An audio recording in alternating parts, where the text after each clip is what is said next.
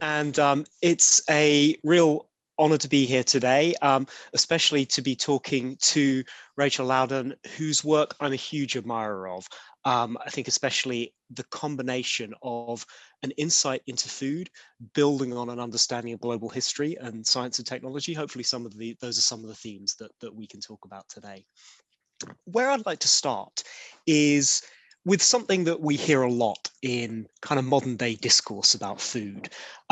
People often say that food has kind of gone wrong in modern times. So I think of someone like Michael Pollan, the food writer. He says, stay away from the middle aisle of the supermarket because that's where the bad processed food is. He says, don't eat anything your grandmother wouldn't recognize as food because that's bad modern stuff. Or similarly, Nassim Taleb, the kind of the noted statistician, has a kind of unusual rule that he says he will never eat anything that doesn't have a Greek or ancient Semitic name for it. So he doesn't eat oranges because he feels they're too modern, they're corrupt, they're too sweet, they're bad for you. And this is a really dominant idea in culture. We kind of we assume that modern food is kind of bad and traditional old food and old food ways are good. Rachel, what do you make of this? Has there been an anti-progress in food? Well, first of all, I'm delighted to be here too, and I had missed that amazing Taleb quote, so thank you for that. Yes, the rhetoric is entirely anti-modern food, and it has been for at least 20 or 30 years. In fact, much longer than that. And when you get these persistent attitudes, I'm a historian, I like to go back to history. And I'd like to introduce the idea of counter cuisines. Whenever you have a dominant cuisine in a society, particularly one that is explicitly or tacitly supported by the state, then you will get groups who resist that. It's a good thing to do, it's quite healthy. And what people like Pollan and Taleb are doing is plugging into a long line of counter cuisines to the dominant trend in modern Western cuisine. Modern Western cuisine depends heavily on, for its ingredients, beef, white bread, fat, and sugar, and for its ideas on modern nutrition, large agriculture, food manufacturing and distribution. And it's been like that really since about the mid-18th century. And Rousseau set all this off. Rousseau, one of my least favorite people, who in his book, Emile on Education, waxed poetic about how modern food was just terrible and that we should go to the hills, we should look at peasant food. Peasant food was rich in fruits and vegetables, it was close to the earth, it was fresh and natural, and it wasn't served by nasty flunkies. There I am rather with Rousseau, actually, unlike aristocratic French cuisine with its beef and bread. So what you find in Pollan and Taleb and others is just really, the modern equivalent of all that. We want non-industrial food, we want fresh food, not processed food, we want fruits and vegetables, we want whole grains, not wheat bread. If it's paleo, we don't want bread at all, we'll take meat. But this is an old theme, and I think the question is, what are they up to here? What's motivating this? And is it really anti-progress? So that's incredibly interesting, and it's amazing to see Rousseau, the kind of the villain behind at the outset of all of this. So what if we're turning that on its head and saying, well, what is good about modern food? What is good about processed food? What's the story we should be paying attention to there? Basically, it's a political one, I think. And this gets back to the motivation. What you get happening, beginning about a couple of 100 years ago, is a breakdown in a long, long tradition of hierarchical cuisines in which people really believed that it was appropriate for different beings, humans among them, to eat different things. So animals ate one thing. I mean, at the very bottom, plants just drew nutrients from the earth, water. Animals ate grass. Poor people ate roots and vegetables. And if they were lucky enough to have bread, whole wheat bread. Rich people ate white beef and white bread and beef. And, well, this was earlier, not in the 18th century, but back in Talib's Greek period, the gods sniffed on the fine, refined aromas. That is, the more refined, the more cooked food you had, the higher you were up in the hierarchy. And food, therefore, both reflected and reinforced the political systems of traditional monarchies and aristocracies, which dominated the world for most of history. What you begin getting in the 18th century is a breakdown of this and saying that everybody can eat the same food. But that means that you have to have ways of producing your fine food, your white bread, your butter, your sugar more efficiently. And that means you've got to go to industrial processing. And what industrial processing allows us to do is that now everybody, essentially in the rich world, this is still not true in the poorer parts of the world, everyone can afford the kind of final symbol of Western food, the hamburger, the McDonald's hamburger, which is white bread and beef. And they can do that because of modern industrialized food. I'll let you have a say there. That's fascinating, and I love this idea of the hamburger as the kind of final form of the Pokemon that is modern food. The beef is an interesting story there, I suppose, because it's when I think of the way British people have historically thought of food, beef clearly is symbolically important. I think in the kind of modern era, you mentioned paleo diets. I imagine, am I misremembering that Jordan Peterson recently shifted to a kind of an all beef diet, something like that? It seems to be beef is a very kind of culturally resonant food for us. Can you tell us more about the story of beef? Yes, I mean, beef is culturally, it has always been incredibly valuable because it doesn't just produce meat. I mean, for most of history, beef was the chief traction animal. It was what pulled your plows.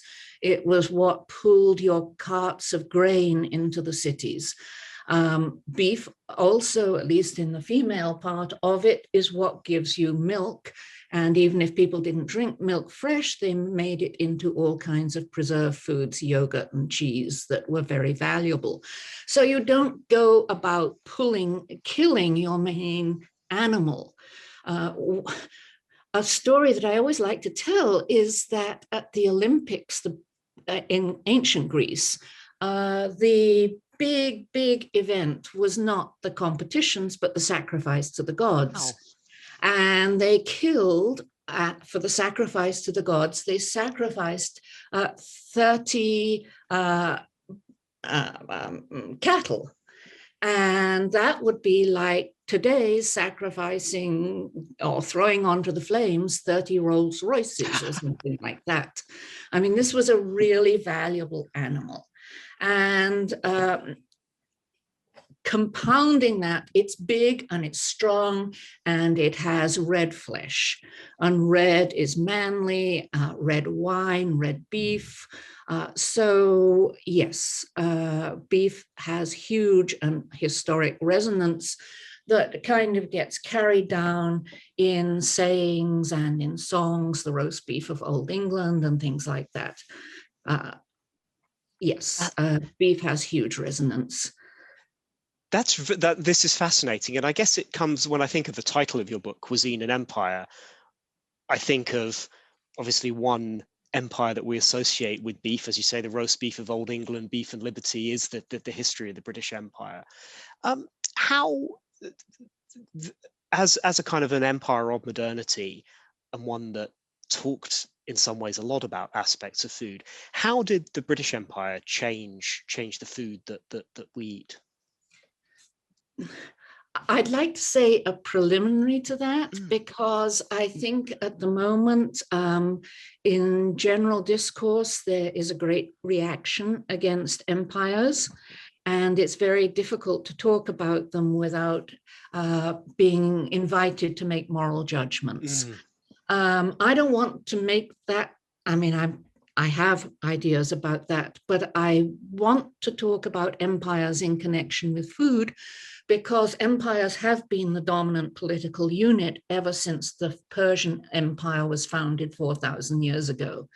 And because empires stretch over large areas of land, and because humans, therefore soldiers and merchants and missionaries, move around, empires have been the dominant way in which cuisines, styles of cooking, styles of eating have spread around the world.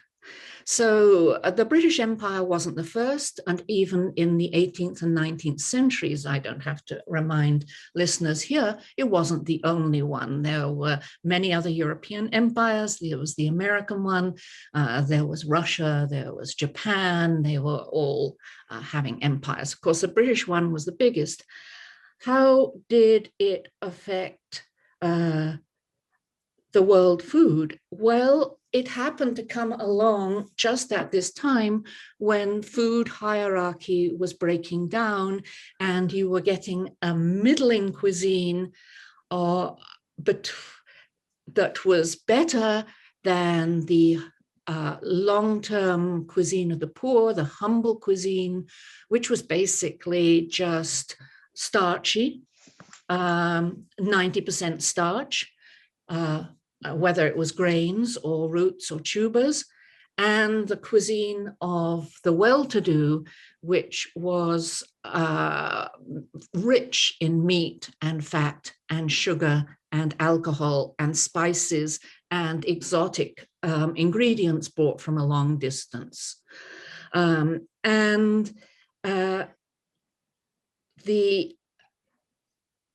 The British Empire, although this was, it did not,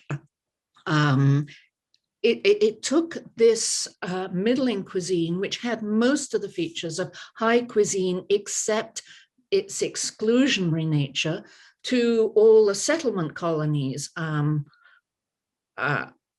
Australia and Canada and New Zealand. But it also had a huge effect, because another of the long-term things you have to reckon with in food is that people believe in dietary determinism. And by that, I mean that people look around the world and they look at cultures or states or empires that are expansive, that are beginning to dominate large areas, and they ask themselves why. And many of the answers to why are not very palatable. One is that the people who are expanding are a race who are particularly strong. Now, if your enemy is expanding and it's because of his race, or then there's not much you can do about it. And another one is climate. They've grown up, you know, in the bracing climate of the Northern European continent, And therefore, they're tougher than people who are in the tropics. Again, you can't do much about that. But if you identify diet as the issue, if the British are expanding because they have given an ever larger proportion of their population beef to eat, white bread to eat, fat and sugar to eat, well, then what you should do is to copy that. And so in the 19th century and the early 20th century, place after place in the world tries to introduce bread and beef into their diet. The Japanese, when they are building their military, make sure that their soldiers and sailors get bread and beef in their diet, not rice and fish. Mexico has a huge campaign to introduce bread and beef. Even the United States, which you think of now as a bread and beef country, in the South, where people were poor and ate cornbread, that is bread made of maize, there was a huge effort to change people off eating cornbread and onto wheat bread. Wow. So this is fascinating. We think of the British Empire itself as spreading, but there was also this idea of the kind of things that British people ate spreading as well via kind of even to places like Japan. That's absolutely fascinating.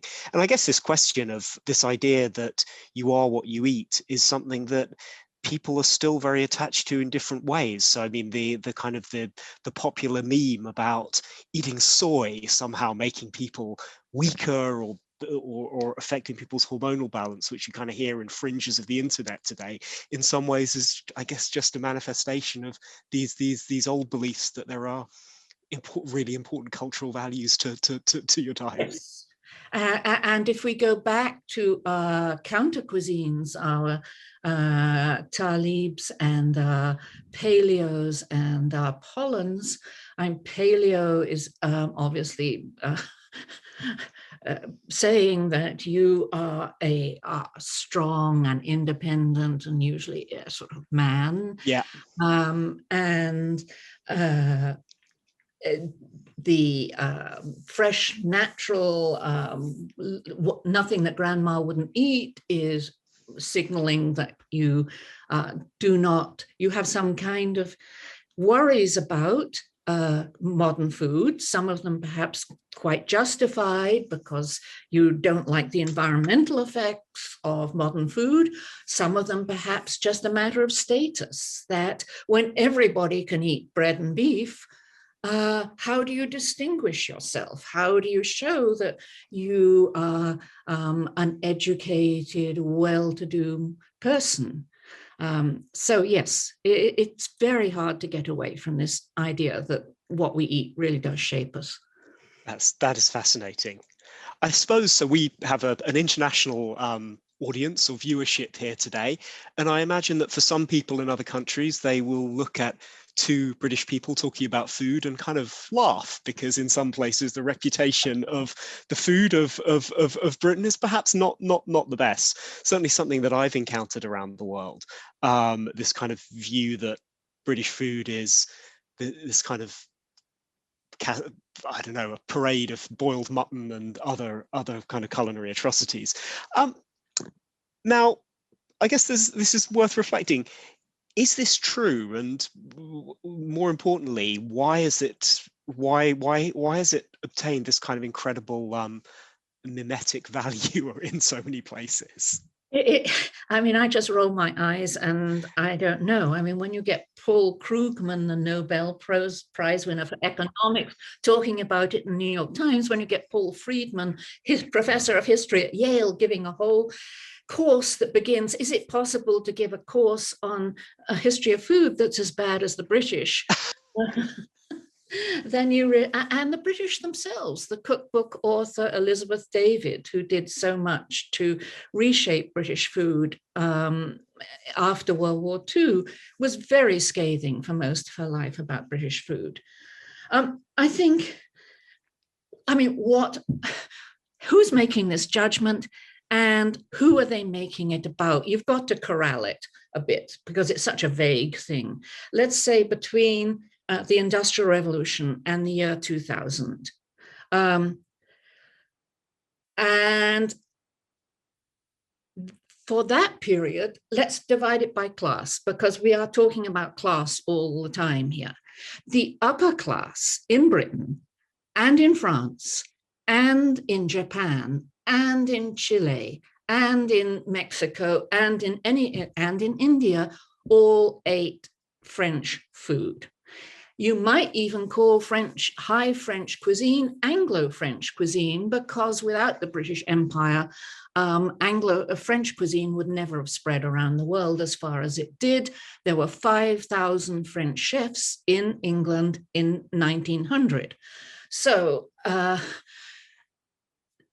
but the difference between England and France, which is often the contrast for the terrible British food, is that the French had restaurants and the English stuck to the much more traditional position that if you were well-to-do, the last thing you wanted to do was to expose yourself to the hoi polloi in restaurants.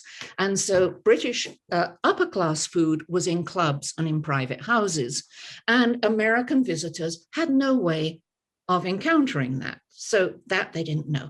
Go down to the lower classes, or the working classes, or whatever you want, the people with rather little money, particularly in the country, and the food is lousy everywhere. It's lousy there's this myth of the French peasant and the Italian peasant. The Italian peasant couldn't afford pasta until after World War II. They were eating polenta and not with lots of butter and gorgonzola stirred in. So, and the same thing, I would not say that the peasant diet in Europe was anything either nutritionally or gastronomically, anything very good to eat. It was starch, basically. So then you've got these middling cuisines. And here, this is the political point again. Britain is experimenting with extending meat and fruits and vegetables and sugar and fat to a much larger group of the population. Is it all good? Well, what's your contrast class?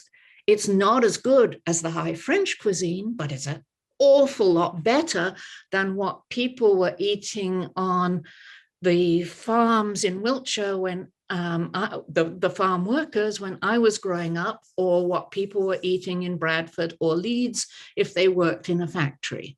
So there you are. It's an interesting question because how so much of our impression of world's cuisines is based on our fleeting acquaintance with them in either cookbooks or restaurants. Yes, that's very true. And it strikes me as such an odd transformation because I remember, reading something like Brillat Savarin's Physiognomy of Taste. And that seems to be, from this kind of classic author of French cooking, that is full of remarks about how fantastic English roasts are and so forth. And it's just very strange how when you read that as a modern, you think, wow, this is a complete narrative violation. Yeah, I mean, I also, as somebody who grew up on an English farm where it was the dream of Michael Pollan. I mean, we ate our own fruit and we ate animals whose names we knew, and trout from the river and vegetables from the garden. And so yes, there was always very good British food. That's extremely interesting, and goes back to what you were saying about how these myths get made. And also, I think there is this great paradox. If British food was really that bad, and I don't want to say that food determines imperial expansion, but, it was a society that was increasing in population and expanding and very active intellectually and culturally. And it still had the worst food in the world. No, there's Yes, no, some. I see what you mean. I mean, there's an Disconnect there. interesting, there's certainly an interesting angle that I know comes out in things like Lizzie Collingham's Hungry Empire, around talking about the provisions industry in Britain. And there's, I guess, an interesting angle there, in the sense that I think, as I understand it, her argument is that because there were British people in Mumbai or Australia or Canada who wanted to live the metropolitan life in some way, or to signify that they were very keen to consume tinned meat, tinned products. And although, as you said, this is probably a lot better than what the alternative would have been in many cases, I suppose there's a sense in which, when we think about what do people think about British food today, one of the many stereotypes is, oh, British people eat all these strange sauces and tin things. And I suppose that is a sort of something that came from this far-flung class that wanted to sort of emulate life in Britain. Yeah, I once worked in a department store in London many years ago, the Army and Navy stores, which is packing hampers to send to the remnants of the empire. Well, exactly. But it is fascinating how this very powerful myth has emerged. I mean, I'm half Norwegian, and at the risk of being a disloyal Norwegian citizen, I think any of the criticisms that one could make about British cuisine, one could make about Norwegian cuisine, and more so. And yet, you know, Norwegian cooking certainly doesn't have a kind of international notoriety in the same way. So it's very interesting how it's stuck to one country. I mean, to sort of expand from that, are there other big things that people tend to get wrong when they think about the history of food? Yes, a whole lot. I think the first and a really bad one is assuming food is an agricultural product.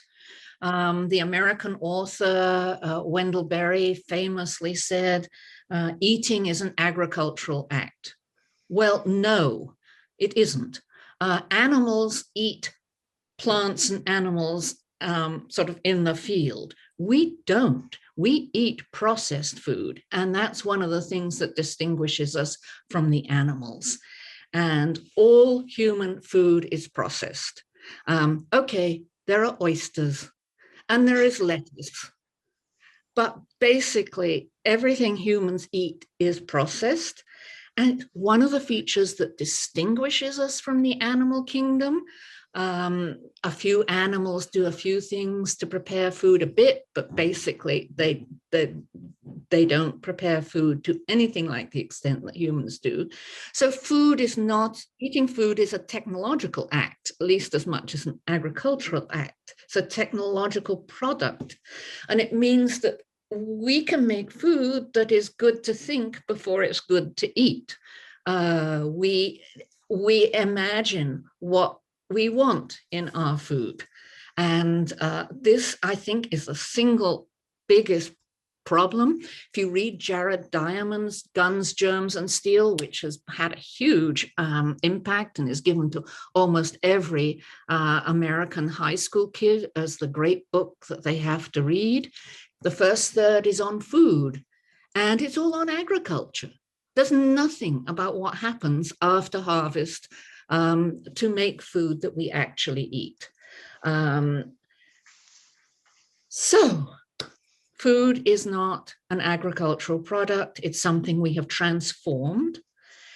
Therefore, going back to one of your earlier comments, food is not tied to the land. Food is highly mobile, or not food. I like to use the term cuisine to describe the different styles of transforming agricultural products into something edible. And cuisines are not rooted in a landscape. They're not rooted in terroir. They can move around the world, and they do. And I think the third thing I'd say is that something been fighting for a long time. Food history is not sweet and nice and woman's history. It's not something just about, when I was writing my book, everybody wanted the illustrations to be gorgeous pictures of Renaissance feasts in full color. And I said, no, that's not the message of the book. The message of the book is that food is right there at the center, because it's a technological and political product, right there at the center of the history of politics and economics. What happens when you transform food from the agricultural product is that you are outsourcing chewing and digestion, and that's what cooking is. Chimpanzees have to spend 6 hours a day chewing. When we went to cook food, humans got this huge boost because they had time and they had energy. But somebody had to do that cooking. So it's highly tied into gender and class and energy and distinctions within society. The gender point is a really interesting one, and I guess it's something that's picked up in the excellent piece that you wrote for Works in Progress magazine not long ago, The Daily Grind, which for those in the audience who've not read it, includes this incredibly evocative description of what it's like to grind masa, to grind maize for food, and how this is for centuries or millennia been backbreaking work largely done by women. Talk to me about how these myths around food relate to gender and to the rights that women either have or don't have in cultures. Well, it turned out rather quickly, once we started transforming agricultural products into food, that far and away the best source of human nutrition were grains, small seeds of cereal plants, wheat, oats, rice, and ones we've forgotten about, because they can be transformed into so many things. They can be transformed into bread, into beer, into fat, into condiments. If you're in China, they are just incredibly good. But the trouble with the grains is they're tiny and they are covered with a husk, and you have to thrash them. A very strong word. You have to then grind them. And grinding, it varies with the grain and it varies with the stone and the strength and so on. But it's about 5 hours a day to grind for a family of 4 or 5. That's incredible. And people are still doing that in some parts of the world. It's only just vanishing now in Mexico. And the strength, the sheer strength you had to have for that, and the persistence to do this, essentially took women out of most other productive activities. So it's still the case, even now, that 1 in 12 employees in the private sector work in restaurants for providing food. I mean, it's not gone away. We've just moved it around. So there is still a huge amount of human labor going into the production of food, and that can be celebrated. It's often a work of great usefulness, obviously, but great artistry as well. It brings great pleasure. It ensures a healthy diet, but we have to be aware that you really have to see the preparation of food as still one of the most time-consuming human activities that there is. that really resonates. Can I ask a question that's just come in from the audience? So this is a question from Louise Marston. Hi, Louise. Who's asked how the patterns of sharing food, whether that's cultural norms about family groups, or even how courses are served, how has that affected the way that cuisines have developed and traveled? The ways of sharing cuisines. Or the ways of sharing food, I suppose, in terms of sharing at table.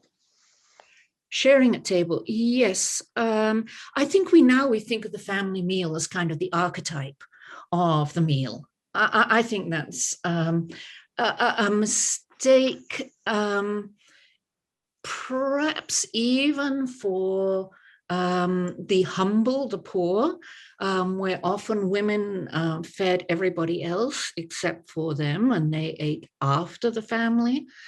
But certainly for the high cuisines, the ones there, the family meal was never predominant. Children were not included. Women were usually not included. This was usually a male activity. So I think I'm not quite sure about how to answer the question about spread, but I am sure that to think about anything like our modern nuclear family meal as the sort of natural archetype of what most humans were doing for most of history is not right. That's fascinating, and again, it seems that it's another of these examples of these myths that arise. Well, it was very carefully constructed. It was part of modern food, and it was part of Republican food, small r. Yeah.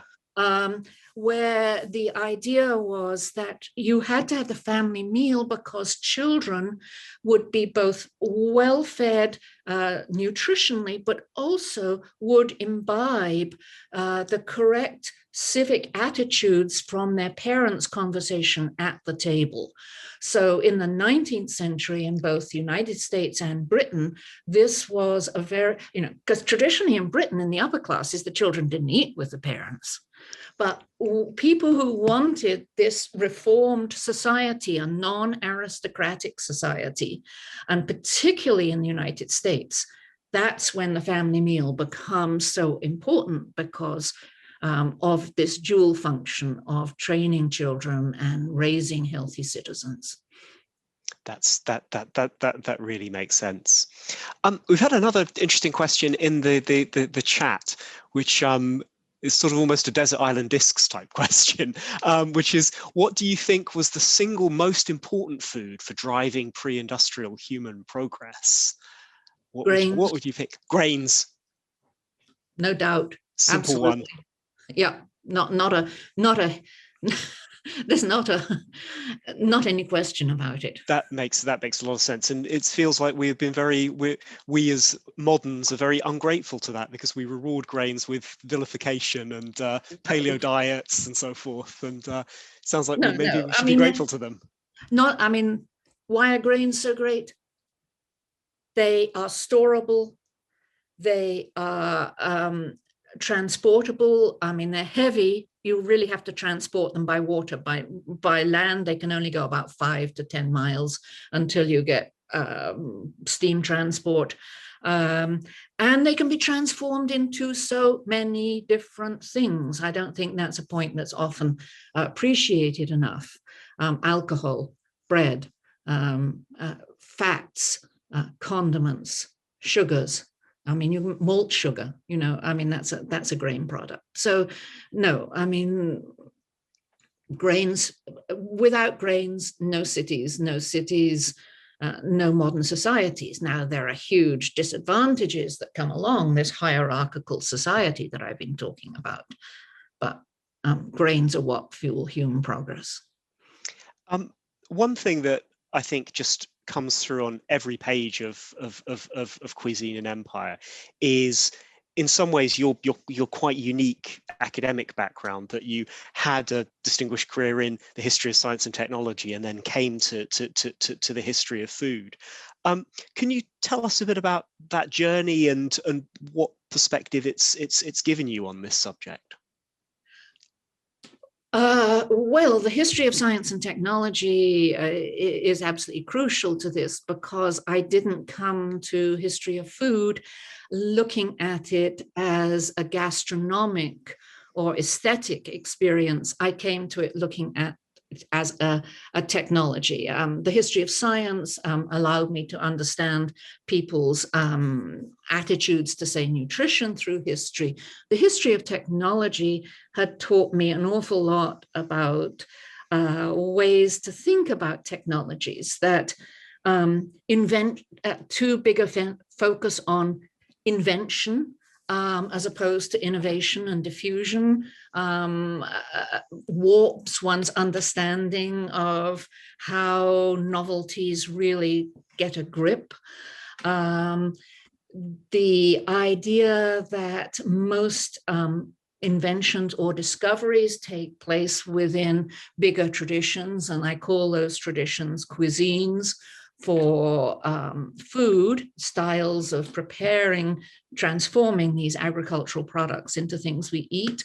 And that these traditions are kind of heuristic, and both heuristic and bounding at the same time. They give us clues about what to do, but they also, to some extent, limit what we can do.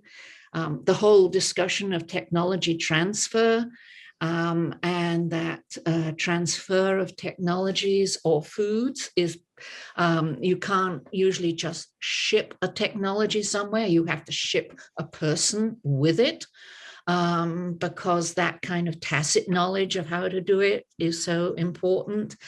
All that just came straight over from history of science and technology. That's so interesting. And I mean, I studied history as an undergraduate, and one thing that reading things like your book makes me feel the lack of in retrospect is how little I was taught or I studied about these kind of fewy questions. Your point about grain only being able to be transported typically 5 miles. These sort of, I feel like I wish I'd known that when I was studying the feudal structure of the 14th century England or whatever. We've got a couple more interesting questions in the in the Q&A. I'm going to bundle two of them together because obviously we've got fast food in the title and they're both fast food questions. So the first one from James is about food court culture in places like Singapore, where there's kind of a culture of places of people being able to eat out cheaply at low cost, and a question of why has that succeeded in some places? Why is that so big in Singapore, not in other places, not potentially in the UK? And then a kind of related fast food question from John is, given how favorably, given that you're more positive about fast food than most people who write about food, do you enjoy fast food, and do you have, what is your preferred chain if you have any recommendations? So a kind of a whole mixture of questions on fast food specifically. Well, I'll start on, I'm a sucker for fried chicken. I mean, I think because when I was a kid, chicken was still not cheap. It was the luxury food. And deep frying, I mean, what can you do wrong with deep frying? So fried chicken would be my favorite fast food. I am not a hamburger person. I don't like those buns, and I don't like ground beef. And so I think this is really crucial. I think one way you can look at the 20th century, I mean, there's always been street food. I mean, right back to the Romans. You've probably seen the things from Pompeii about they've discovered there was street food in Pompeii, as if we didn't know it already. So there's always been street food. There has to be in cities fast, easy ways for people to eat. But what we're facing now is that we're in this, I think, transitional period where home cooking, and I am a home cook. I mean, I cook every single day. So, but I know it takes me an hour a day if you count in planning, shopping, cleaning up, etc. That's a day a week. So I happen to like doing it, but I don't think it's necessary. The 20th century has been, or 21st century too, a huge series of experiments in how can we deal with sort of the final mile in food delivery. Is it the small individual restaurant, the fast food, the food court in Singapore? There's a ton of experiments going on. And if, really interesting things, I think, going on when you look now at how technology is being brought into that. It's the big question. Can we have sort of modernized agriculture and food processing and distribution and retail, but much of the actual consumption of food is still done depending on the labor of women. And so this is not actually a direct answer to why the food court in Singapore is so successful. I don't think I'm qualified to speak on that particular question. I think it has something to do with the state. That's really interesting. I mean, it's in some ways quite surreal. I'm reflecting on what I am planning to make for dinner myself tonight, which is a meal kit, that kind of phenomenon of coronavirus, the delivered to your house kit that you can pretend. And it's a meal kit from a taco truck in London, so a kind of emulation of this sort of street food culture. Santana Grill, which I strongly recommend to any British people listening to this, which is remarkably good British Mexican food for the standards. But, you know, I will be sitting at home putting together something so that I can pretend that I went and ordered it from a taco truck. It's very, it feels like a very 2020, 2021 vibe. We've had one more question. I know we've got a few minutes left. Where from Ben talking about a story told by Julian Barnes about British navvies building the Rouen to Paris railway in the 1840s. And the story as it goes is that they were thought to be such powerful workers because of all the beef they ate, which sounds like another great example of this kind of beef and liberty. I've not heard that, but that's great. I think I must have probably read it about the same time as I read Cuisine and Empire, but Ben Rogers' book Beef and Liberty, or specifically on the roast beef of Old England, I know kind of seems to be full of anecdotes like this. Well, look, this has been a really fascinating journey through science and technology, through food history, through food ways, looking at the impact of gender, of nationality, of empires, of race. I think one of the things that really comes through to this for me is that we all kind of, along with our food, consume a ton of myths about food, and it's been just fascinating to hear your take on how these myths have come about, how they're constructed, and whether they make sense or not. Well, thank you, Stian. Thank you for the wonderful questions. Well, thanks everyone for joining us. I think this will be available on YouTube as well, and we will be having there are two more events later today for anyone interested. At 4 p.m. GMT, we will have Patrick Collinson, CEO of Stripe, being interviewed by Tyler Cohen.